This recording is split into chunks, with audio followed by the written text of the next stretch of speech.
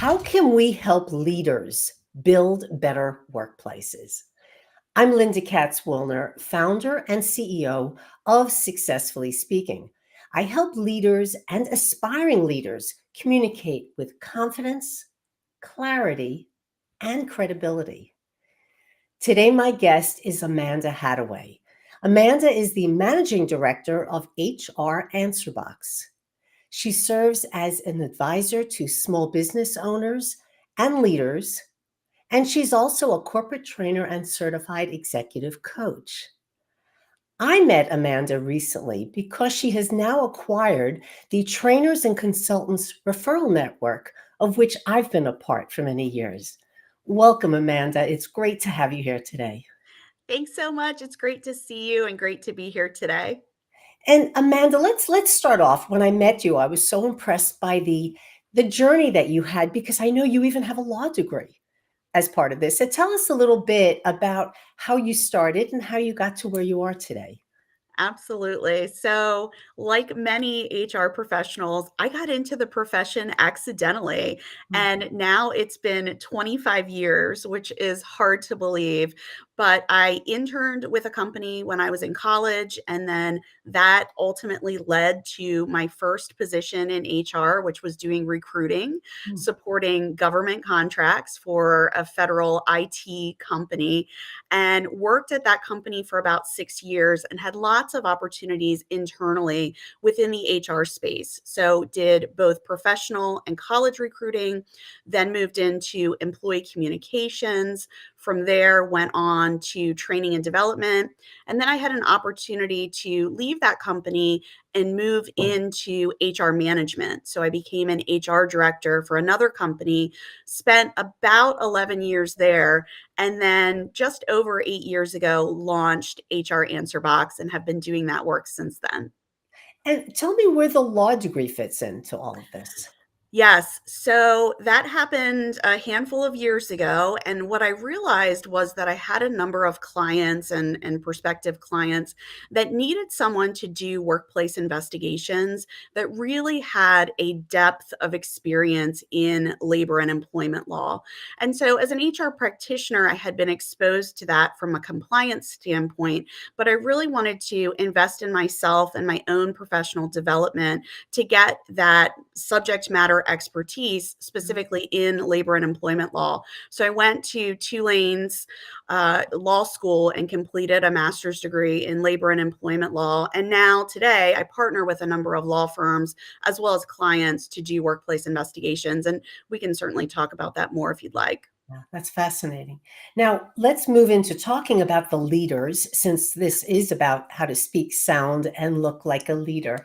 And what are some strategies, Amanda, that you use to help leaders build a more effective workplace culture? So, I've had the opportunity to work with a number of leaders, specifically small business owners and executives. And one of the things that I advise them to do is to do an audit of their workplace culture.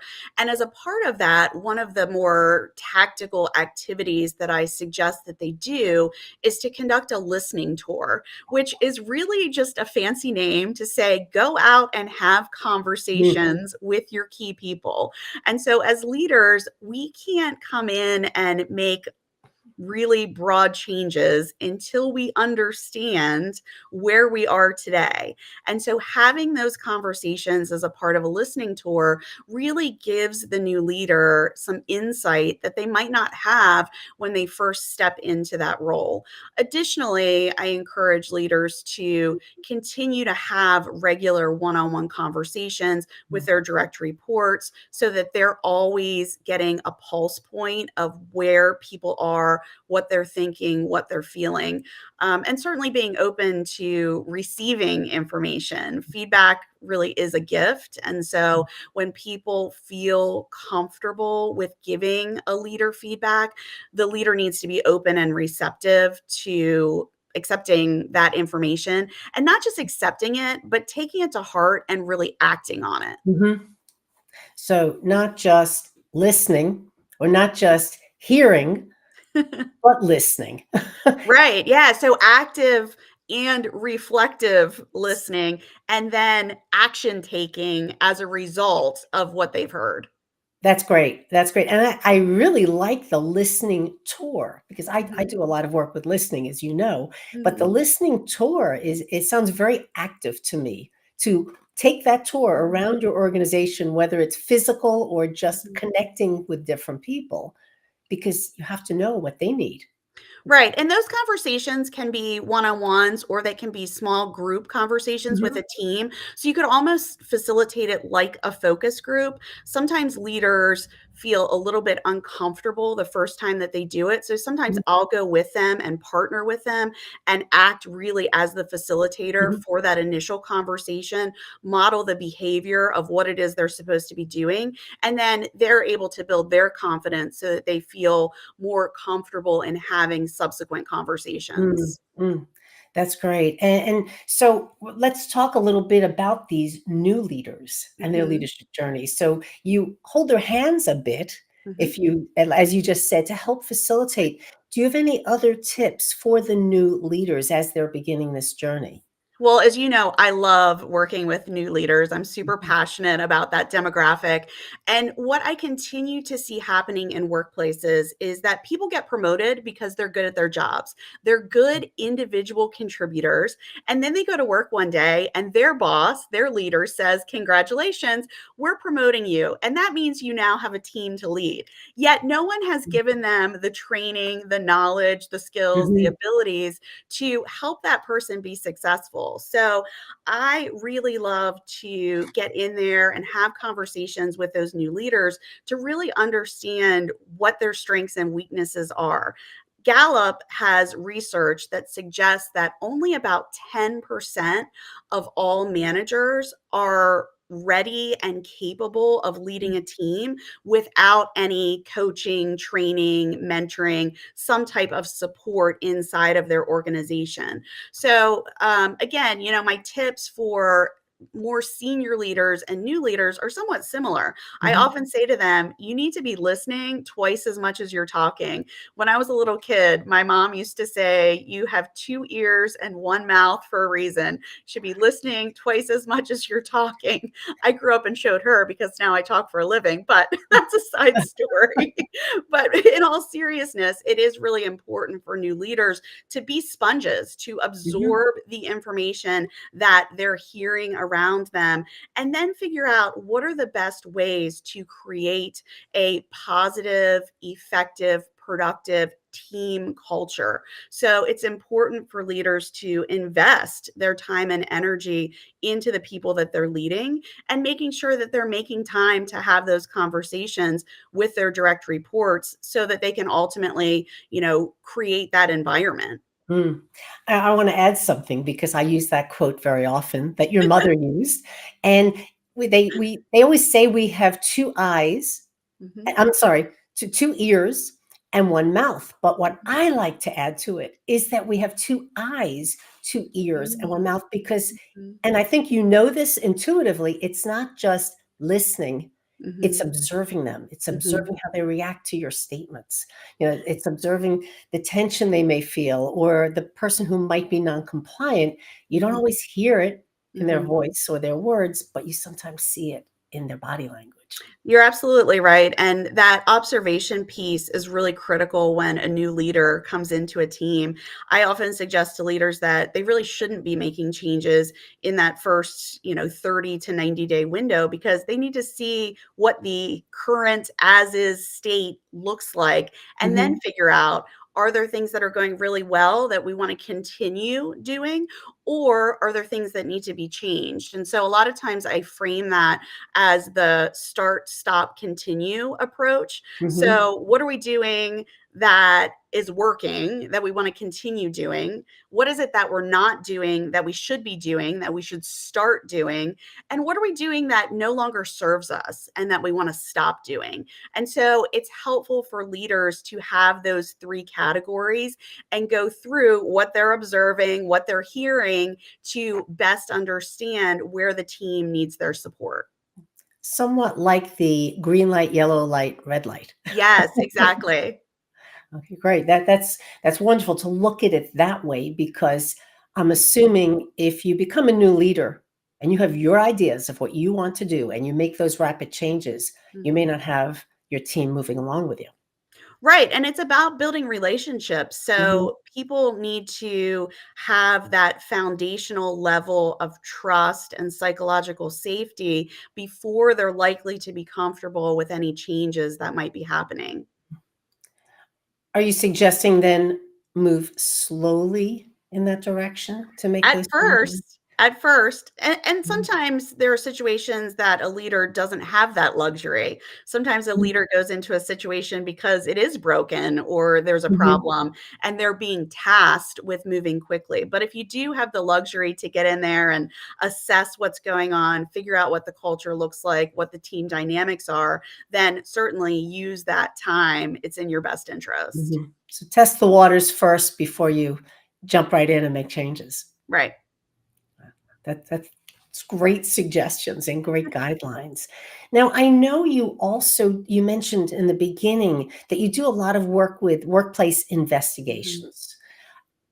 Tell me how that fits in Mhm. with, and I'm not sure you can do this, but how does that fit in with how somebody comes across as a leader? Mhm. Have you had situations where perhaps aspiring leaders or current leaders are doing something that Mhm. becomes a problem, and Mhm. then you become involved in the investigation?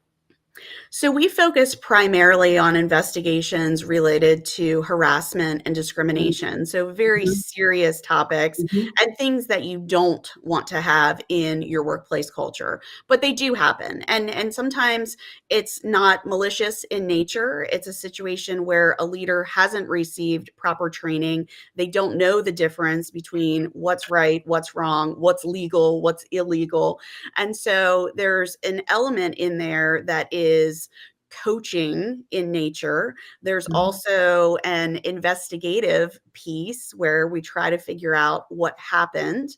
And then there's an education piece about what you can and can't do going mhm, forward. And the observation that I've had, and like you said, we do a number of these investigations every year. I've noticed that there actually has been an increase in bullying mhm, situations. And so bullying isn't necessarily illegal under labor and employment laws. However, I think we can both agree that it's not something that you want in your mhm, workplace. And so bullying at a foundational level is a communication issue, mhm, right? People mhm, are not communicating effectively with each other, and that's creating some type of tension. So that's where the coaching feedback piece comes in, where we may have to say, look, we've done the investigation. We didn't find anything that rises to the level of being illegal, but you have some work to do internally with your workplace culture to get this type of bad behavior out of the workplace and mhm. figure out how you heal going forward to become a more effective and productive workplace going forward. It makes me wonder, has bullying increased in the workplace, Mm. or have we become more attuned to it and now we're calling it out? Yeah, that's a great question. And I think it's a combination of both, quite frankly. Also, I've observed that technology is Mm, playing a role in many of these cases now. It used to be that when we did investigations, it was very much just interviewing people who were directly involved or might have knowledge about the situation. But now there's an entire discovery piece where we're looking at emails, we're looking at text messages, we're looking at emojis, we're looking at other types of social mhm. media contact that's happening during the workday. So the scope, because of technology, has become much broader than it used to be. And I think with artificial intelligence, it's easier to Mhm, identify it, hopefully accurately, mhm. but there may be problems with that too. Right, absolutely. Yeah, there are a number of tools out there that help with going through those electronic documents, Mhm, but many times it's just me reviewing lots and lots of mhm. documentation. And I guess it is a moving target as far Mhm, as the what was not considered bullying 5 years ago, mhm, now might be that's clearly bullying. So I mhm. don't know if it's the increase, it's that things have changed or we've become Yeah. more sensitive to it, and it's like, "That's Mhm. not good. That's not appropriate." Yeah, it's definitely an interesting time to be in the world of work because a lot of moving pieces. Hmm. Now, Amanda, I always ask this question of my guests. Mhm. What do you, and you've alluded to many answers to this question, but what do you see as the key essential tool that a leader needs to speak, sound, and look like a leader, and Mhm. even listen like a leader? So I talked a lot about listening already, and that's certainly part of it, but I would add on to that and say, take a pause. Hmm. Sometimes we listen to respond, Hmm. and we do that because we think the person that we're in communication with demands an immediate response. And so we don't always listen to the entirety of what they're trying to communicate and convey to us. So when we take a pause, really brief, only a couple seconds, the other person isn't likely to even notice, but it Hmm. allows us to hear the full message and then respond to it in its entirety. And I don't know if you know that that's exactly what I teach a lot. The stop, pause, Mhm, take a breath, mhm. and It then makes a huge difference. it does. It does. And it's so basic, isn't it? Mhm. It But is. when we deal with emotions, it's not always easy. Right. So, and again, what we do in our personal life and what we do in our professional life may be very different, but that strategy is great for both sides, both situations. Absolutely. Now, Amanda, how can people get in touch with you? I Mhm, know there are so many resources you have, and mhm, again, as the person who runs this trainers and consultants referral network, you have access to hundreds of mhm. consultants and speakers. How would people get in touch with you? We now have over 200 consultants, speakers, trainers, and coaches that we're working with, so Wonderful. it's been really great, and we're thrilled to have you as a part of that network as well. The best way to reach me is either via LinkedIn or via email. My email address is amanda@hranswerbox.com. And our website, hranswerbox.com, also has a wealth of information on it. So I'd love to connect with anyone. Thank you. And Amanda, thank you so much for this interview. I so appreciated when we met and spoke and got to know each other. And I'm fascinated by your skill set and the breadth of your referrals. So you're a wonderful person to know, to reach out if anybody needs help in any way, especially about leadership. So thank you for joining us on how to speak, sound, and look like a leader. Thank you.